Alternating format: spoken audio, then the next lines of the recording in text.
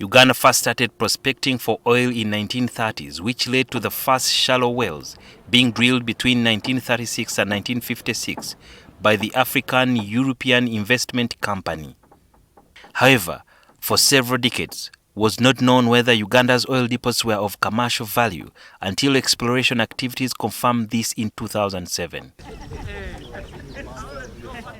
Uganda is now on the track to complete construction of the East African Crude Oil Pipeline, EACOP, which is expected to be completed next year in time for the first oil. The Ugandan government recently awarded a UAE-based firm, Alpha MBM, investment to construct a refinery in Kabale, Hoima. However, it is not clear when this project will be completed, as more studies are being carried out. From these investments, Uganda is expected to earn about $2 billion every year, or about 7 trillion shillings, which is planned to be channeled to infrastructure. Oil is a complex commodity, and a bigger section of the public has little or no knowledge of what is happening. So we sought to find out how the various political parties are handling the oil and gas sector.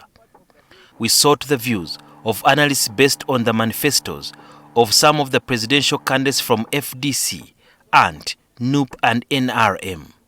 The National Unity Platform, led by Robert Kyagulanyi, has largely stuck with the basics by proposing to reform the mineral sector by enforcing transparency in mining and oil contracts, ring-fence mineral and oil reserves for education, health and infrastructure projects, empower the Uganda National Mining Company to serve public, not private interests, ensure all oil contracts are in the interest of Ugandans and disseminated for public scrutiny,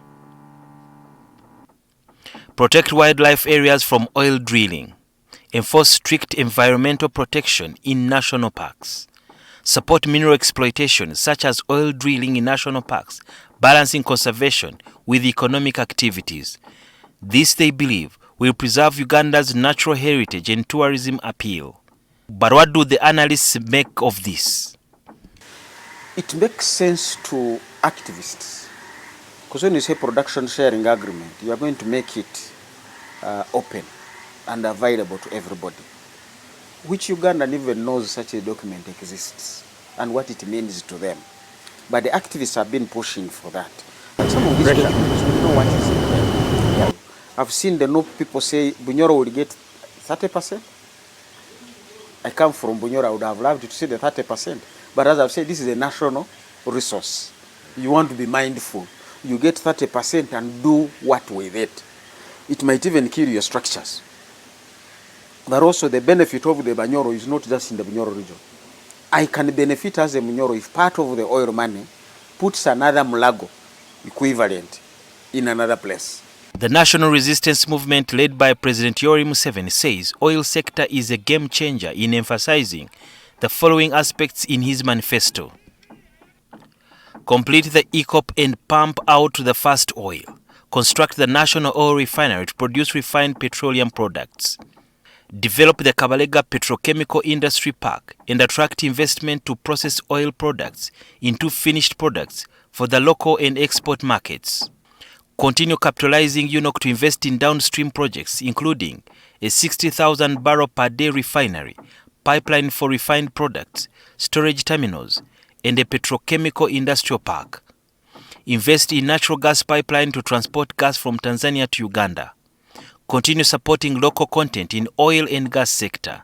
Undertake further exploration of oil and gas, and develop bankable projects to attract private sector investment and concessional financing. But what do analysts make of this strategy? True, they are speaking to what Ugandans want to hear. But as we've said, they have been in government and it has been their top priority. So what is going to change? Because I don't want to believe that oil has been a secondary priority to the NRM. So when they say they are going to put it as top priority, it already has been top priority. They should now be going to the lower level. You unfold the onion and say, what is it that has failed me over the last 20 years to realize this thing that has been a top priority. So now we need to hear from them to say, I have identified the following. But as we've said, give credit to the NRM. As we say, you can make something top priority.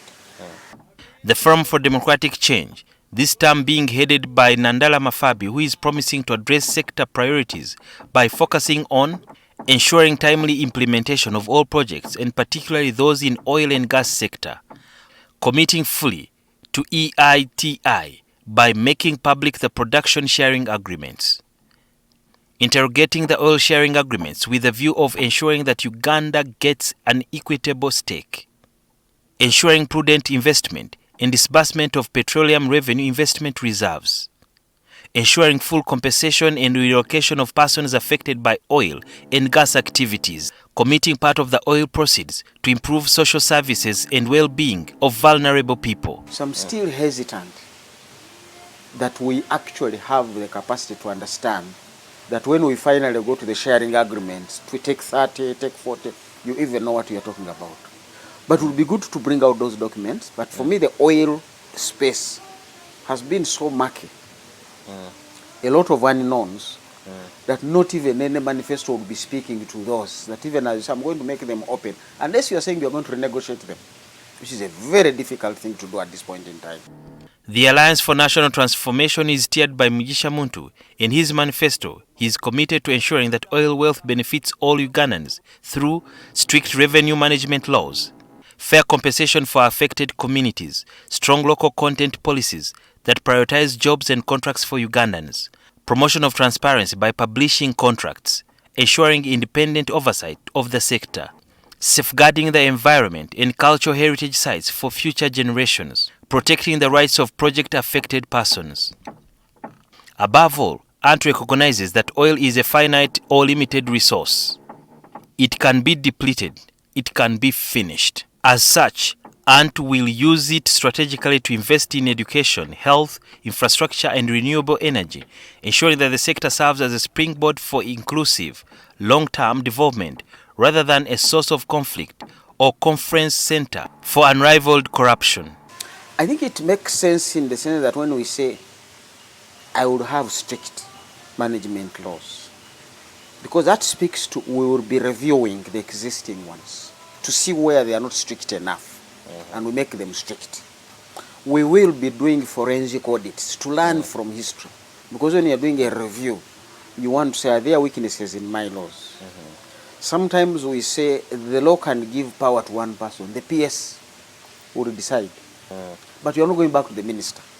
But remember, the minister had reason at that point, and the parliament to appropriate that money.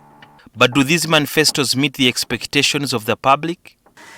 But speaking about the future, because even when you say this is the oil money, have you identified the things, even in your own manifesto, outside the oil and gas chapter, where this resource will go?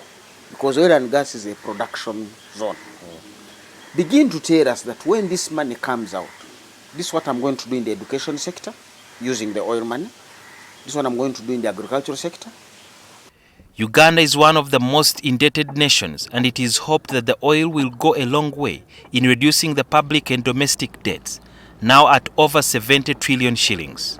However, it remains to be seen if the next president will clearly invest the oil revenues to stimulate the economy in the country.